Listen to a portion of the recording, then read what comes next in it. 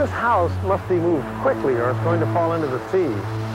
And like hundreds of North Carolina beach cottages, past, present, future, the eroding shoreline has simply caught up with it. For some, this is a tragic and an ugly sight, but I think it's beautiful because surrendering this house to the sea represents a bright promise for our future.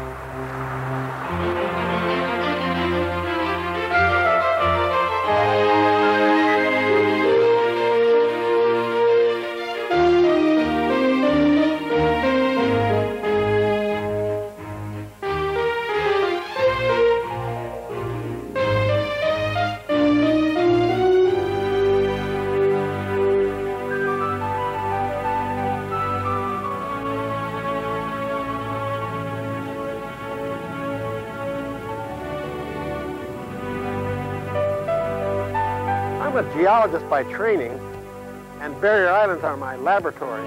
But even if this wasn't my job, I know that I'd spend every spare moment that I could on barrier islands.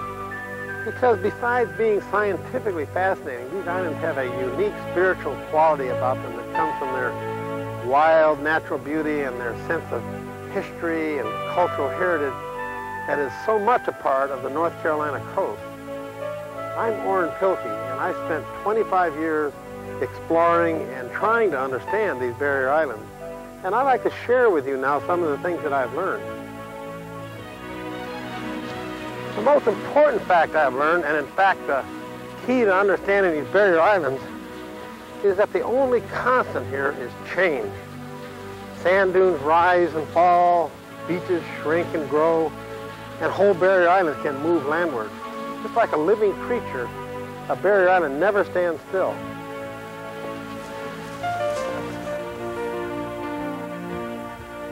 And just like living creatures, the movement here is not random. It's all part of a pattern of stimulus and response.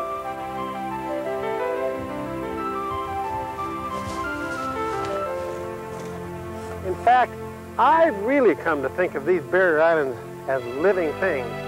They're constantly responding in sensible and even intelligent ways to the forces of wind and water. So movement and change are keys to understanding barrier islands, and nowhere is rapid change more obvious than here on the beach.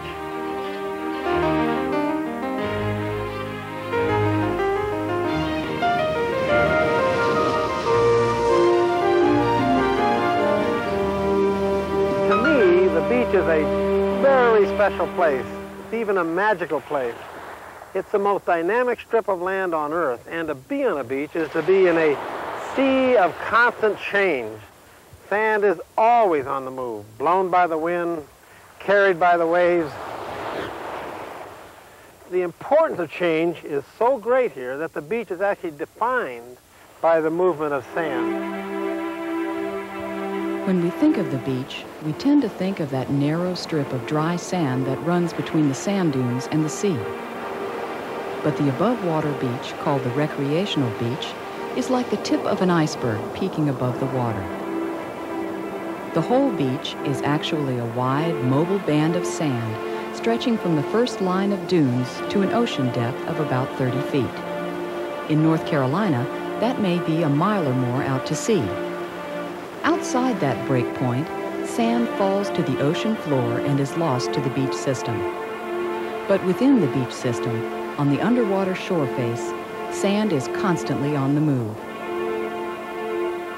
Locked in a pulsating back and forth motion, sand seems to be going nowhere, but for all its vacillation, net sand movement is either onshore or offshore, depending on the weather conditions. In fair weather, the net movement of sand is onshore. Nudged by gentle wave action, sand works its way up the shore face. Often, the moving sand accumulates on one or more underwater sandbars. Over a period of weeks, these bars march up the shore face and weld onto the beach berm, adding their volume of sand to the recreational beach.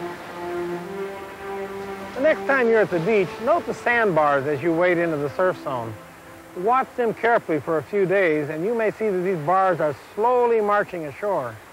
This gradual movement of sandbars is the process by which fair weather waves build up the beach. But during storms, high waves crash ashore, the behavior is quite different, and things happen much more rapidly. When large storm waves pound the shore, sand movement is more rapid, and net sand movement is offshore. In a big storm, sand is torn away from the above-water beach and distributed offshore, flattening the entire shore face. As the slope of the beach becomes more gentle, the energy of incoming waves dissipates over a broader surface area, and the impact of waves on the upper beach becomes less and less. In addition to flattening the beach, sand removed from the dunes may accumulate in offshore storm bars. These large sandbars in effect trip the powerful storm waves, causing them to break harmlessly offshore. When a violent storm is rearranging the beach, it is easy to see the process as destructive. And when the storm has blown over, our fears seem justified. Vertical sand cliffs or beach scarps are a sure sign of massive erosion, and the wide, flat beach shows no evidence of an elevated berm. But this beach storm response is in fact a mechanism for survival. It is a way for the beach to bend without breaking, to absorb the swift fury of a hurricane or the extended punishment of a northeaster. With the return of gentle fair weather waves, sand will begin to move ashore once again. The shore face will steepen, and the recreational beach will build up. This process will take time, a matter of years after a big storm, but beach recovery will take place until the next storm interrupts it. And still the cycle will continue, the enduring tug-of-war between fair weather and storm, the balance of nature that at any given moment determines the shape of the beach.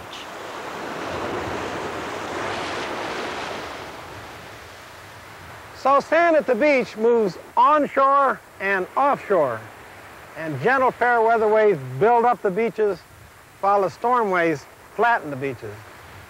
Here we're standing on a flat beach because a storm has just passed by. But if you come back here next summer, it'll have quite a different appearance.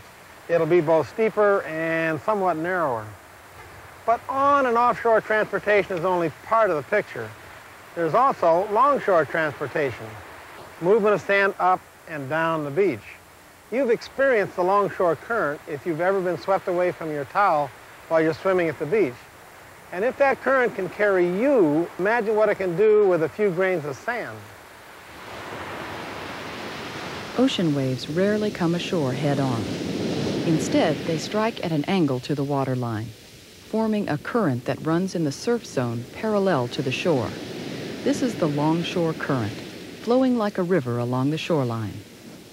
In the short term, sand flows either up coast or down coast, depending largely on weather conditions and the orientation of wind and waves.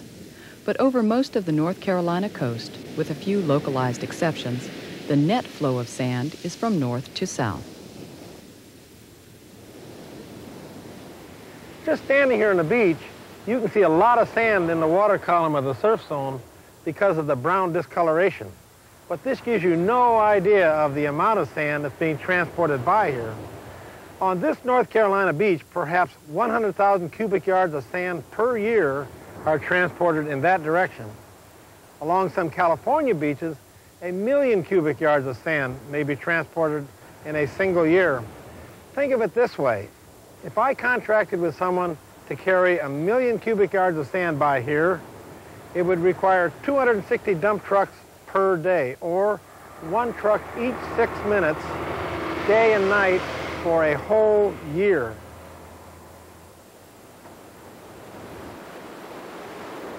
We may not normally be conscious of the volume of sand moving past us in the surf zone, but it plays a vital role in shaping the barrier islands.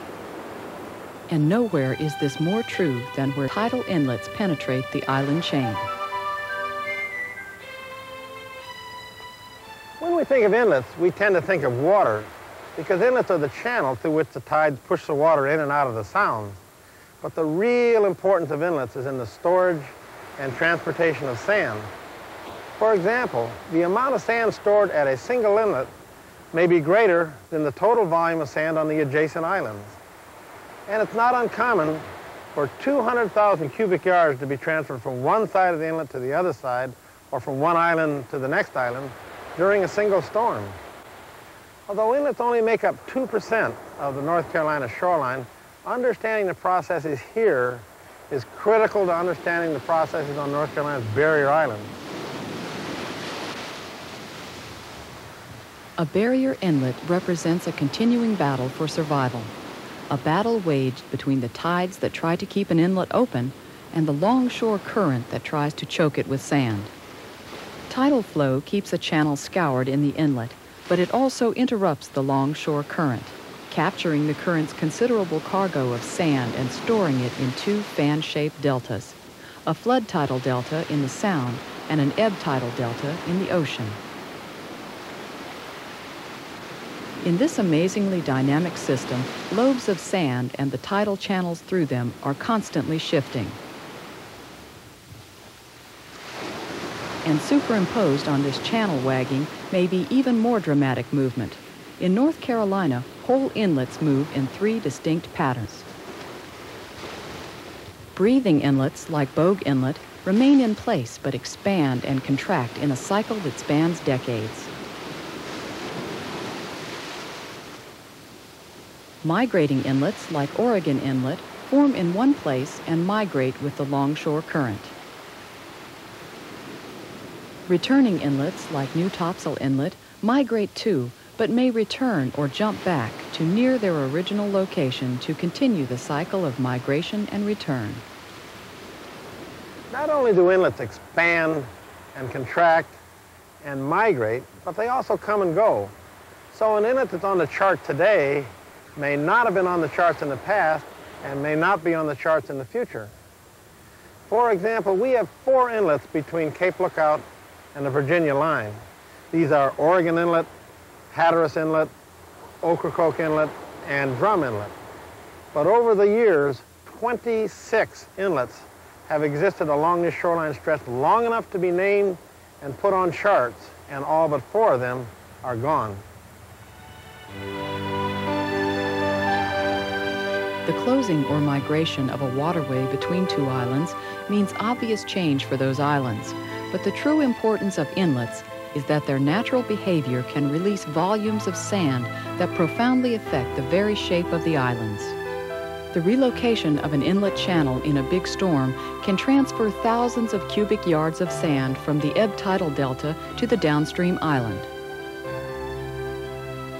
And the closing or migration of an inlet leaves a massive flood tidal delta that will eventually become incorporated into the backside of the island. It is not because of the flow of water, but rather because of the storage and distribution of sand that it is impossible to overemphasize the active role of inlets in shaping the barrier islands.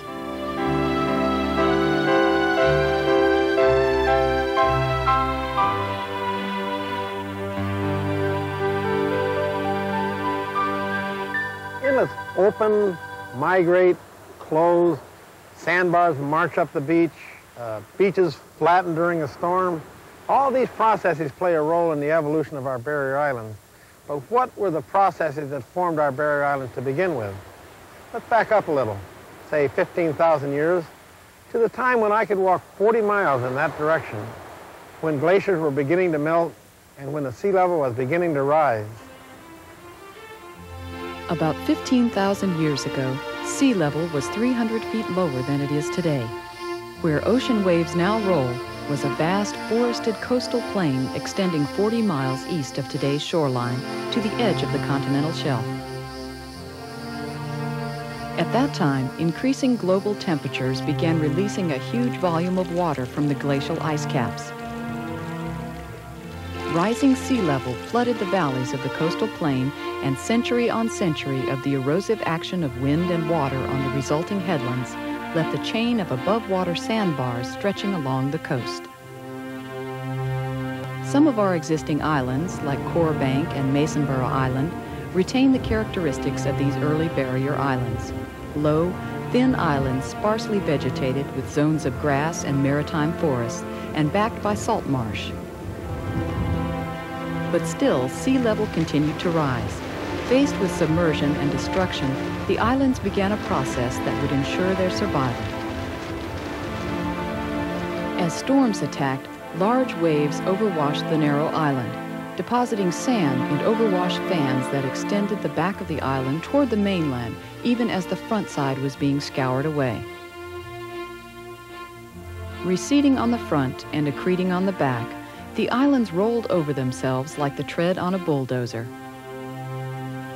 Responding to potential destruction in this seemingly intelligent and sensible way, the barrier islands preserved themselves by migrating up the continental shelf, always maintaining their elevation above the rising sea level.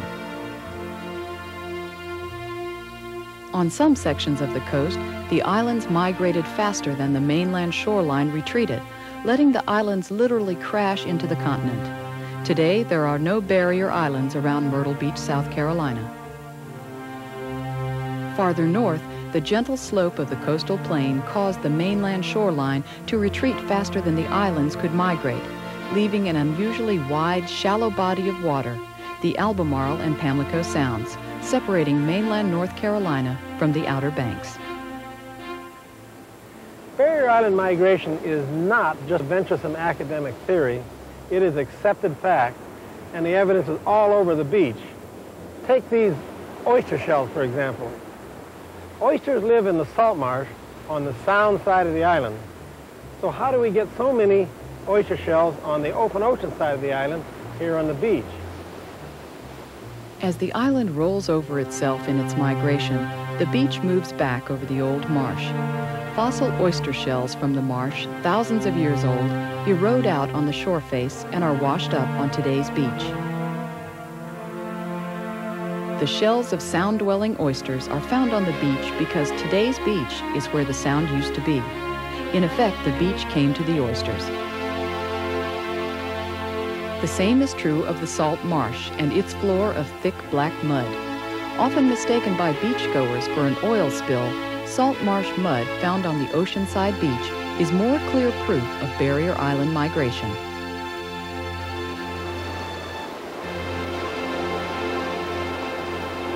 The evidence is very clear, but we haven't always understood it.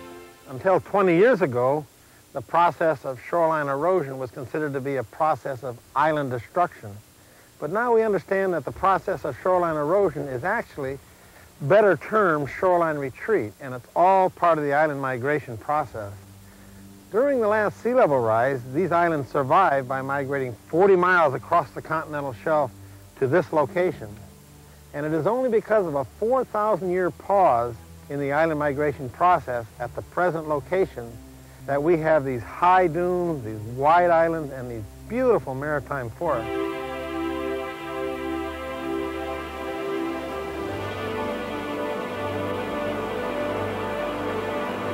About 5,000 years ago, sea level rise slowed dramatically, and the barrier islands paused in roughly their present location. Overwash now penetrated only the first line of dunes, depositing its cargo of sand on the island and building up the island's elevation. Windborne sand, brought to ground by the tiniest obstruction, collected in dunes where grasses volunteered, accelerating the building process and anchoring the dunes in place.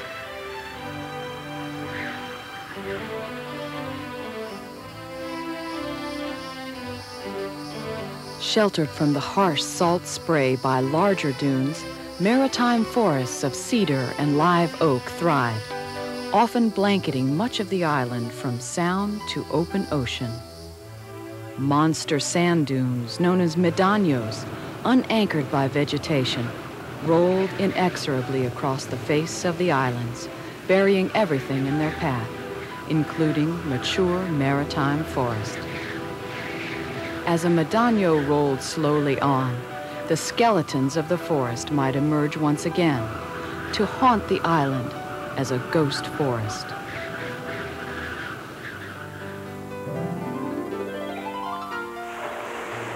But elsewhere, the islands were bursting with life, and with a life of their own.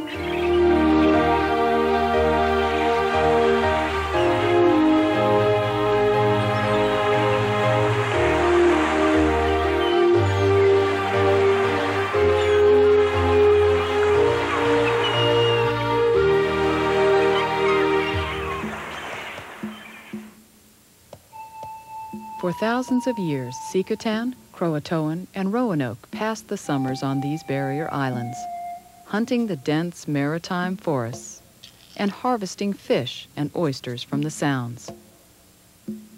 But when the chilly winds of autumn blew in off the ocean, seasonal camps were abandoned for the safety of permanent town sites on the mainland.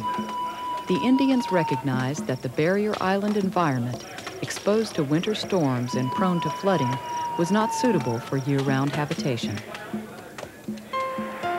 The first Europeans followed the lead of native tribes, instinctively bypassing the Outer Banks for the relative protection of Roanoke Island, and eventually establishing their first permanent settlements on the mainland at Bath, Edenton, and Beaufort. It was not until the early 1700s that isolated colonists ventured to live on the islands year-round, but by the middle of the century, real island towns began to appear.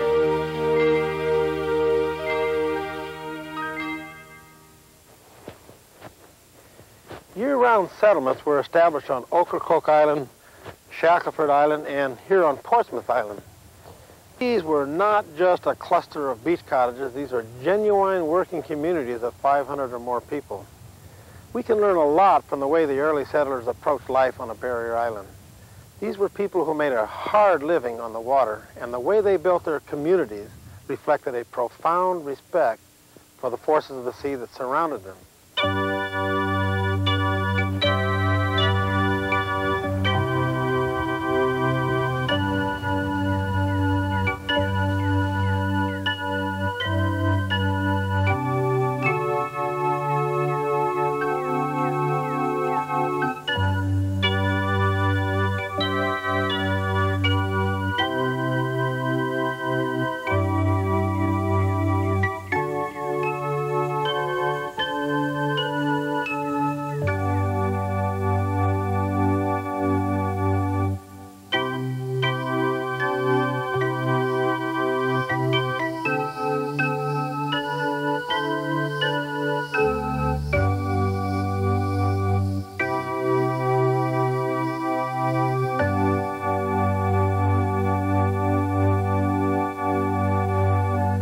People who lived in these barrier island communities well knew that not every day on a barrier island is a calm summer day.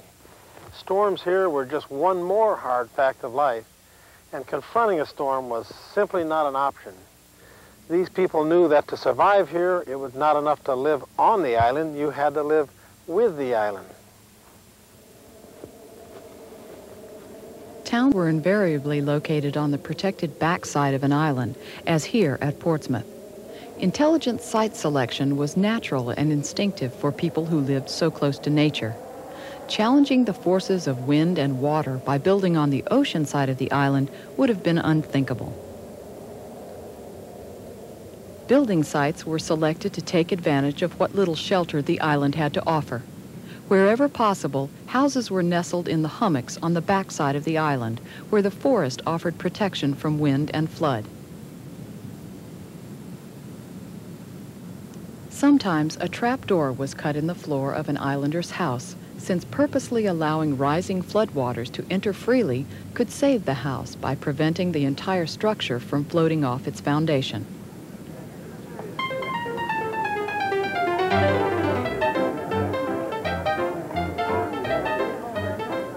And this common-sense approach to living with an island applied not only to the sober working communities, but to those where fun was the order of the day. At Nag's Head, an established resort long before the Civil War, locals and visitors alike lodged on the backside of the island, making day outings to the oceanside beach for strolling or saltwater bathing. In the years immediately following the Civil War, the first adventurous vacationers began to build cottages on the beach. Built from used construction lumber and wood salvaged from shipwrecks, these primitive ramshackle summer cottages were dubbed the unpainted aristocracy. Evidence of a willingness to remain flexible in the face of nature, the unpainted aristocracy were never considered permanent. If demolished by a storm, a cottage was reassembled from whatever materials were available. If threatened by waves, the structure was simply placed on log rollers and dragged back from danger. The Outlaw Cottage at Nag's Head has been moved 5 times since it was built in 1885. Sometimes the sequence of moves left a trail of chimney foundations, one in the house, one on the beach, and one in the surf zone.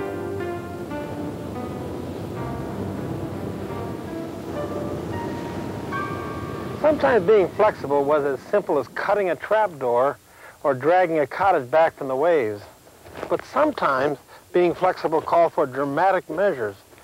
It called for recognition of the fact that there comes a point when you can't live with an island.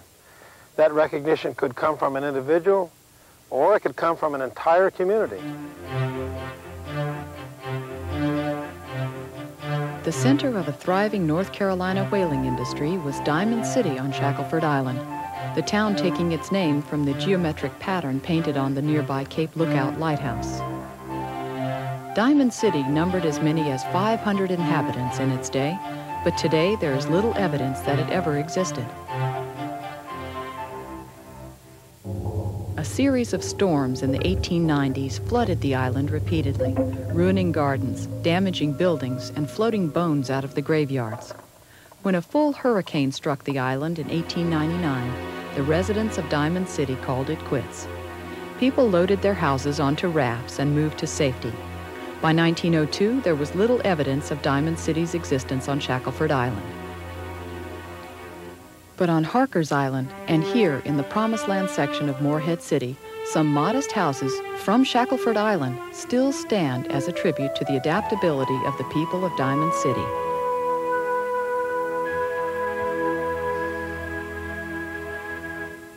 Clearly, the early settlers left their mark on these islands.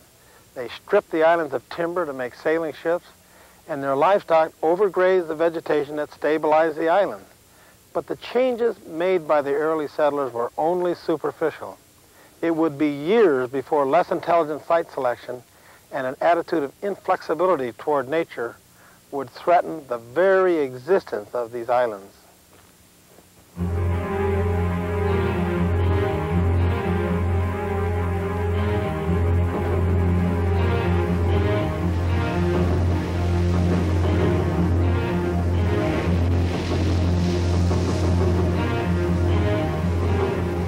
After the Second World War, heavy machinery replaced the mule and drag pan as the tools for moving sand. And now that it was possible to move sand in huge volumes, move it we did in a frantic effort to keep up with the exploding demand for vacation homes. But too often in our rush to cash in on the boom, we seemed intent not only on selecting inappropriate building sites, but in actively making those sites more dangerous than they naturally were. Rolling, healthy dune fields were bulldozed and the sand sometimes actually hauled away to provide level lots and a better view of the ocean for tract housing. In the process, we crippled the beach's protective storm response and we drastically increased the potential for storm damage to the buildings. Acre after acre of forest was cleared to make way for development. Here, 50 acres of mature maritime forest were destroyed, forests that might have sheltered the structure from storm wind and waves, to make room for one small hotel. Finger canals were cut through the islands to accommodate the vacation homeowner's dream of a boat tied up outside the back door. The result was too often the creation of a stagnant, algae-infested backwater that not only polluted the island's fresh water supply, but it provided a convenient weak spot in the island for the formation of a new inlet. On the backside of the island, new real estate for construction was created by burying useless salt marsh, filling it in with sand and soil. But the real price for this cheap land was the loss of a protective buffer against sound-side erosion and an important nursery for marine organisms, including many deep-water commercial fish. Inherently poor septic action in the buried marsh also polluted nearby shellfish breeding grounds. Some of the destructive development practices of the post-war boom are now illegal or out of favor. The dune line that was once deliberately removed is now incurred by beachfront property owners. And marshland, valued again for its erosion protection and for its role in the life cycle of many marine species, is no longer being buried. This marsh at Pine Knoll Shores was actually planted and nurtured. But as demand for Barrier Island property continues to escalate, one legacy of the post-war boom continues apace: the choice of less and less intelligent sites for construction. These development plans, mercifully never realized, sited a new community in the shadow of the Cape Lookout Lighthouse, almost exactly where the houses of storm-ravaged Diamond City once stood. A telltale dip in the highway clearly marks this section of Bogue Banks as the location of a former inlet and as a likely location for a new inlet, a fact confirmed by the presence of an old flood tidal delta. Yet these homes were built squarely in the path of the inlet channel as though to tempt nature. And still the trend continues.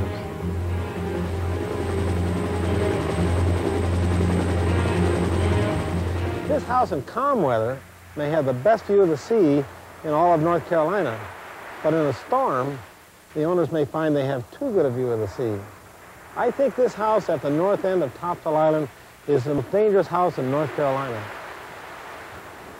Built so close to the inlet that it was underwater several times while it was being constructed, this house will almost certainly be destroyed by the first big storm. But this house is dangerous mostly to its owners. Up and down the island chain, there is development in progress that threatens not only a handful of residents, but much of what we cherish about our life on our coast. High-density development, the construction of massive, immovable structures on a low, narrow, shifting strip of sand, is a recipe for disaster.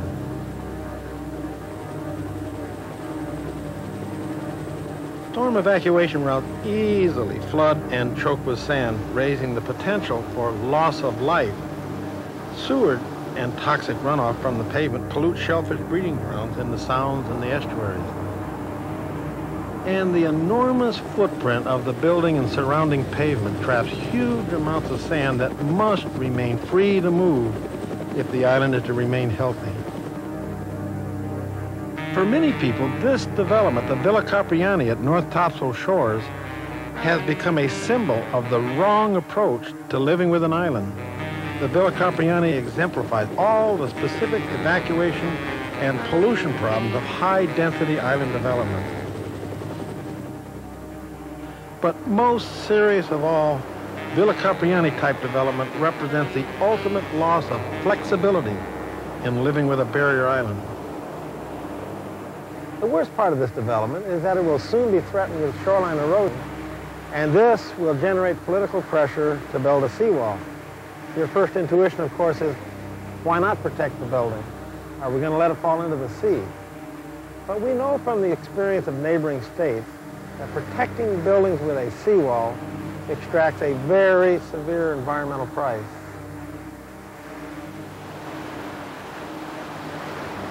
South Carolina has already taken the first steps down the road of shoreline engineering. At North Myrtle Beach, along the wide beaches of the Grand Strand, they have succeeded in protecting a handful of buildings.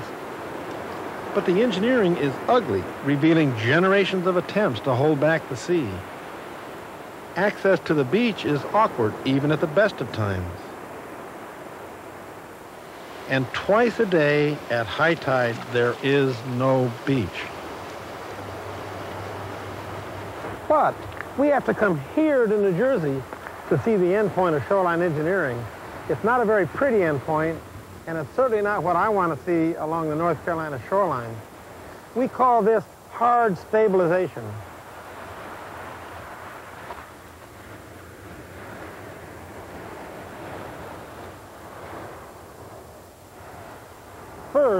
let's look at what hard stabilization is. It's defined as holding the shoreline in place with immovable hard objects. And hard stabilization can take many forms. A groin is a structure built perpendicular to the shoreline, projecting from the shore into the water. Groins trap sand carried by the longshore current, building up the beach on the upstream side of the structure. But sand supply below the groin is greatly reduced, causing downstream erosion. As a groin traps sand upstream, allowing only a small quantity to trickle around the tip, the only salvation for a downstream property owner may be to capture that trickle with his own groin. And that is why a groin rarely stands alone, but tends to multiply into a groin field. Like a groin, a jetty is a structure perpendicular to the shoreline, but a jetty is specifically designed to stabilize an inlet by blocking the longshore current. In addition to trapping sand on the upstream side, long jetties actually channel sand so far offshore that it is lost to the beach system. Downstream erosion caused by a jetty may be so dramatic that it manifests itself as full-scale barrier island migration. The construction of the Masonboro jetties at Wrightsville Beach is causing Masonboro Island to migrate at a rate of 17 feet per year. The erosion rate on Assateague Island, Virginia, exploded from 2 feet a year to 36 feet a year when a jetty was built at its northern end. Assateague Island once lined up with Ocean City, but since 1935, it has migrated a full island's width, a direct result of its sand supply being cut off by the jetty. The experience of Masonboro and Assateague Island should be a lesson to those who dismiss barrier island migration as a process taking thousands of years. Groins and jetties certainly have their bad points. They cause erosion in a downstream direction, and they cause loss of sand in an offshore direction. But at least they're somewhat subtle in that they work with the natural sand transportation system. And their design, or at least their successful design, requires an understanding of that system.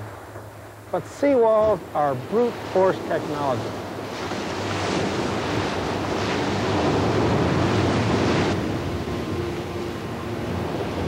A seawall is a structure built parallel to the shoreline.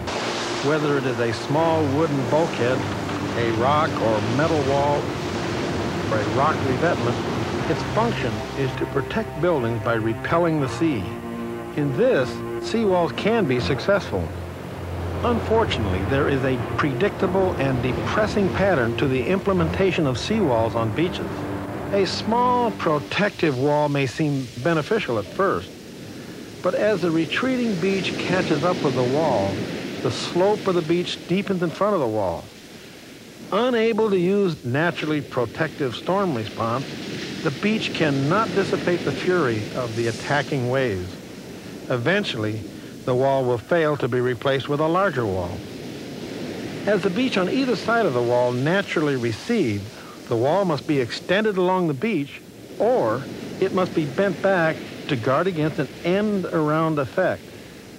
It is an inevitable pattern of larger and longer walls at greater and greater expense. But the real price of saving the buildings is paid with a currency other than the dollar. Debris from the succession of walls will litter the beach. And when the recreational beach inevitably disappears from in front of the wall, the debris will lurk as underwater hazard for the swimmer. In the long term, the true price of saving buildings with a seawall includes a complete loss of the recreational beach. When hard stabilization goes this far, I call this process New Jerseyization. And here at Seabright, New Jersey, we have the end point of New Jerseyization. In my opinion, this is the worst beach in North America.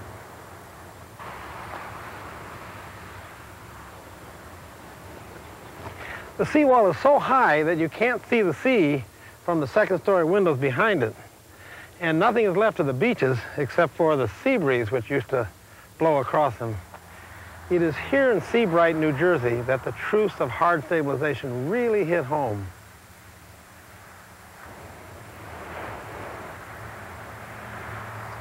The point here is not to pick on the state of New Jersey. At one point, their beaches were just as beautiful as our beaches, and now they have to use a tide table in order to know when to go swimming.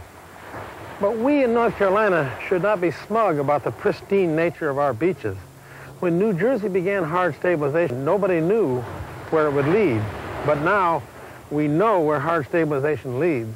And still, there's a danger in North Carolina that we're allowing the New Jerseyization of our shoreline. The bottom line for North Carolina is hard stabilization destroys beaches.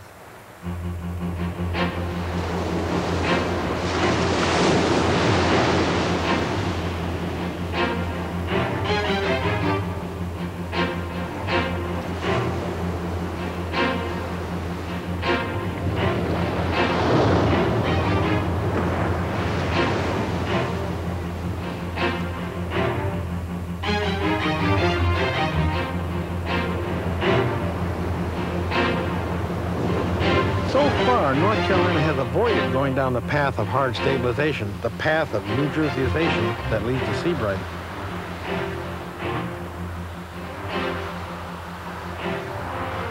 In 1984, the North Carolina Coastal Resources Commission banned hard stabilization, requiring alternate solutions to the problem of shoreline erosion.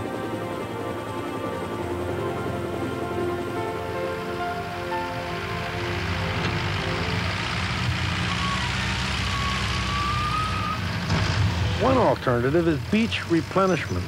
In beach replenishment, the recreational beach is built up artificially by bringing in sand, either by dump truck from the mainland, or more often by pipeline from a dredge in the inlet, in the sound, or offshore.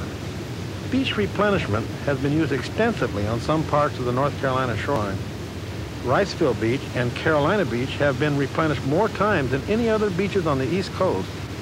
Beach replenishment can be successful in stabilizing an erosional recreational beach.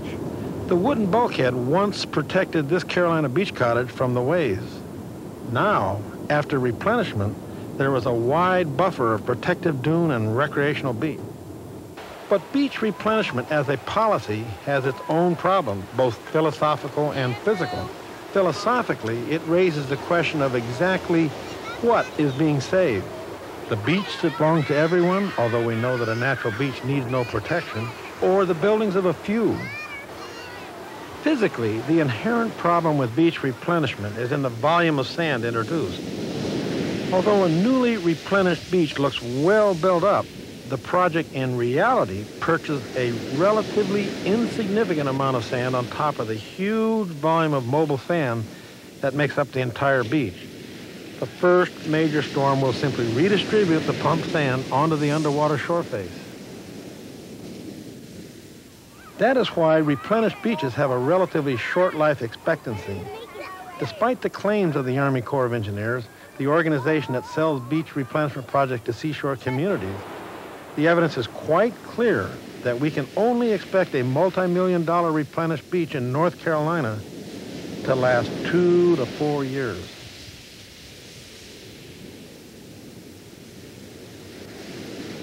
But this may all be a moot point. There are changes coming to our barrier islands that will make isolated beach replenishment by individual communities ineffective and inadequate.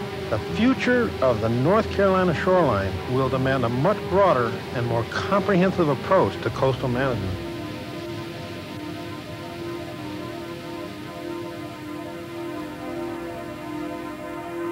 You remember Joe, the comic strip character in Little Abner, the one with the perpetual cloud hanging over his head?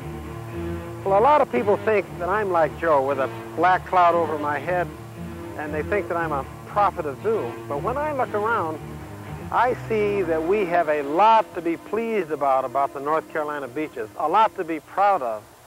For example, we have great recreational beaches, and we have relatively light development along our beaches so far. And 50% of our beaches are in national parks or in state parks. And on developed shorelines, we have relatively good access for the public. Furthermore, the public here in North Carolina understands how beaches work, and they care about beaches for the future generations. But the really good news for future generations is that we have few seawalls. North Carolina has led the way in promoting regulations that prevent the armoring of our shoreline and hence the destruction of our beaches. And we can take a lot of pride in that. But there is bad news. These regulations that guarantee that my grandchildren will have beaches are not fixed in stone, and in fact, the pressure to overturn them will only increase. Our continuing boom in beach development is on a collision course with our receding shoreline. Present-day erosion rates are catching up with structures built imprudently close to the sea. But the problems we see today pale in comparison to those that we are destined to see in the not-so-distant future. 4 out of North Carolina's 5 fastest-growing counties are on the coast, and the booming growth in these counties is near the water. And as our shoreline population explodes, rising global temperatures resulting from the greenhouse effect promise a new era of rising sea level. By the year 2100, sea level will rise between 1 and 1/2 feet and 7 feet above its present level. Even a 2-foot rise in sea level will mean dramatic changes in the North Carolina shoreline, since each foot of sea level rise on the gentle slope of our coastal plains can translate into as much as 2,000 feet of shoreline retreat.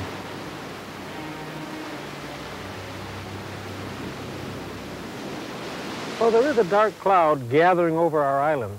The sea level rise is a reality, and we can't ignore it, and it's not in the distant future. The acceleration of the sea level rise will begin in 20 years or so, when the buildings we erect now will still be standing. The islands are already thinning in preparation for migration. Decisions that we make today will affect our shoreline for generations to come. How will North Carolina deal with the impending crisis? At the present time, our most widely used weapon is beach replenishment. But beach replenishment by itself is only a Band-Aid. It is not a cure. It is not a long-term solution. Another option is hard stabilization, but it is clear from the New Jersey experience where that road leads. Here is a probable scenario for an existing development on the North Carolina shoreline if hard stabilization is permitted. The Villa Capriani on North Topsail Island is an immovable object being built naively close to an irresistible force. Within 10 years from today, a bulkhead will be needed to protect the Soundside Road. On the ocean side, several costly replenishment projects will fail and a seawall will be installed. Within a decade of seawall construction, the recreational beach will disappear, leaving a beach resort without a beach. Eventually, the cost of protection will exceed the value of the property. The Villa Capriani will be abandoned and go to sea as a very expensive fishing reef. This scenario is not fantasy. It is happening today to buildings up and down the East Coast. The random protection of individual buildings is obviously not an acceptable solution to the problem of sea level rise. There is a response to sea level rise and to barrier island migration that will preserve the barrier islands and allow future generations to enjoy them. We call this response relocation. And by that we mean let nature take the course while we adapt to the changing conditions. We step back when necessary. We move or remove the buildings as the shoreline catches up with them. And just like a lumberjack doing a slow roll on a log, we keep our balance as the island rolls beneath us. This isn't a new idea. This is the way man has traditionally lived on barrier islands. Like dragging a cottage back from the sea. Like a whole town moving to a more suitable site. We relocate as the islands move. Used selectively, beach replenishment would continue to be an important tool in fine-tuning the timing of our relocation. Relocation as a coastal management policy allows us to retain flexibility in dealing with sea level rise. It allows us to preserve our beaches and the lifestyle and heritage that we associate with those beaches. and it is the cheapest option, far cheaper than massive hard stabilization. Can North Carolina make a policy of relocation work? In fact, we are making it work. With each storm at Nag's Head, several cottages are either moved or claimed by the sea. And after Hurricane Hugo, more than 70 houses on Ocean Isle alone were either destroyed or moved back from the shoreline. We are fortunate that North Carolina is in a good position to make relocation its policy. First, we have low-density development. Second, the federal flood insurance program now offers financial help to remove or relocate endangered houses. Third, and possibly most important, we have few seawalls to limit our flexibility. The key to the future of North Carolina's beaches are our anti-seawall regulations. These regulations will prevent this from happening to our beaches. But we must stand firm on the first test of these regulations. For example, private individuals have proposed hard stabilization at the Riggings condominiums, the Summer Winds condominiums, and the Corps of Engineers has proposed to build groins and jetties at Oregon Inlet. The Corps of Engineers has proposed to build a long groin on Topsail Island. The Corps of Engineers has proposed to build a seawall at Fort Fisher. The Corps of Engineers has proposed to build a seawall around the base of the Cape Hatteras Lighthouse. We must control the Corps of Engineers if our anti-seawall regulations are to survive.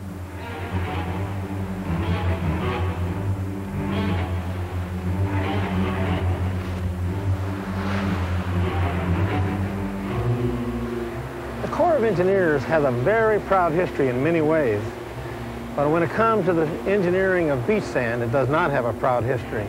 In a state such as ours, where we're trying to limit the amount of shoreline engineering, the Corps can become a loose cannon. The most fundamental problem is that on the district level, the Corps of Engineers requires funding of individual projects for their very survival. And such pressure to fund can result in absurd cost-benefit ratios and quite poor science. Now the Corps is taking active steps to undermine the state of North Carolina's anti-seawall regulations. They openly admit that they're concerned that these regulations may reduce the number of projects for them on the shoreline in the future. We must resist the Corps of Engineers' effort to return us to brute force technology.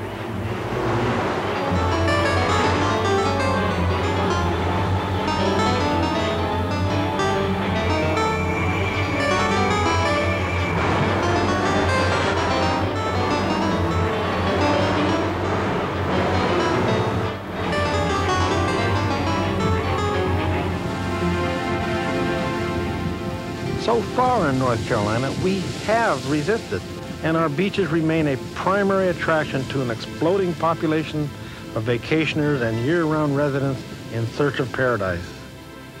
But if paradise is not to turn ugly, even threatening, we must try to understand the unique environment in which we have chosen to live and to understand the mounting pressures on us to change what we love.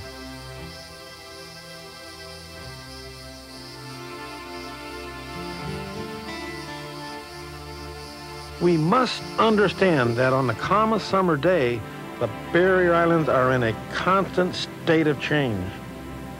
We must understand that as sea level rise begins to accelerate in our lifetime, dramatic changes will come to the North Carolina shoreline. We must understand that violent storms are a fact of life on the coast. South Carolina was rocked by Hurricane Hugo last year, but for most of North Carolina, it has been nearly 30 years since the last major storm.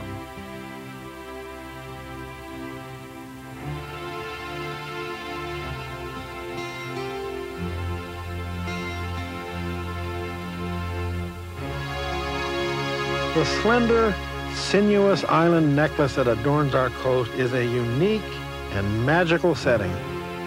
But we are in danger of loving it to death. Faced with the pressures inherent in the collision between nature's need for change and man's quest for stability, we must resist the temptation to turn these islands into something they are not. To reduce this wonderfully adaptable environment to a rigid fortress against nature, a sterile place that reflects nothing of the natural beauty and the cultural heritage that are the very basis for our love of these islands. There are those who say that we can't afford not to protect their misplaced buildings. And if it were just a matter of dollars, they might have a legitimate point. But the cost of armoring our shoreline can't always be calculated in dollars. Armoring has hidden costs. Not only the destruction of a natural environment, but it's turning our backs on our cultural heritage. These beaches are so important to our way of life at the coast. Shouldn't we consider beaches to be sacred? Shouldn't we consider unthinkable any action at all that would degrade our beaches? Sure, we can save condominiums at the expense of the beach, but do you want to explain to your grandchildren that you valued a handful of buildings more than their beaches?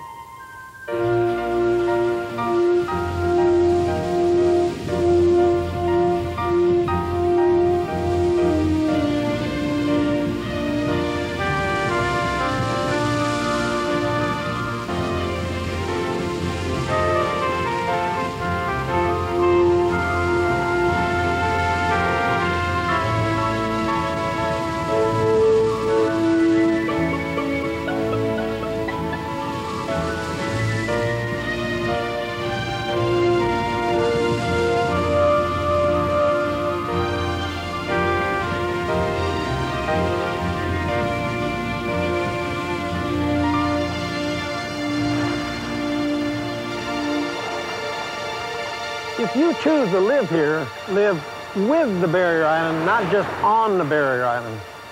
When sea level rises, these islands will move, and you can't own part of a moving barrier island. You can only borrow it for a while.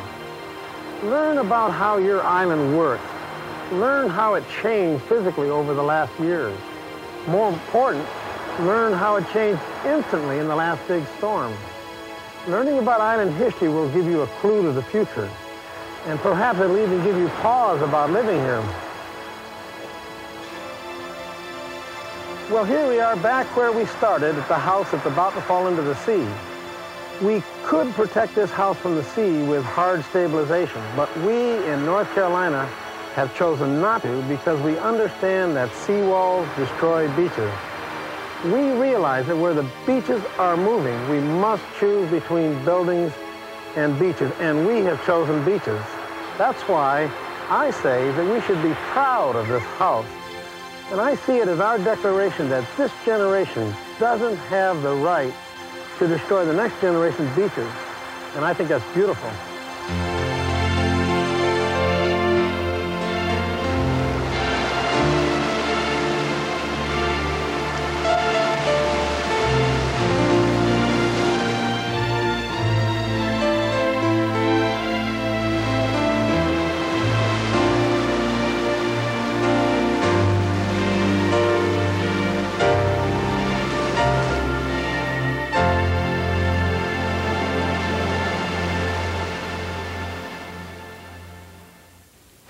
Orrin Pilkey's The Beaches Are Moving is now available on video cassette.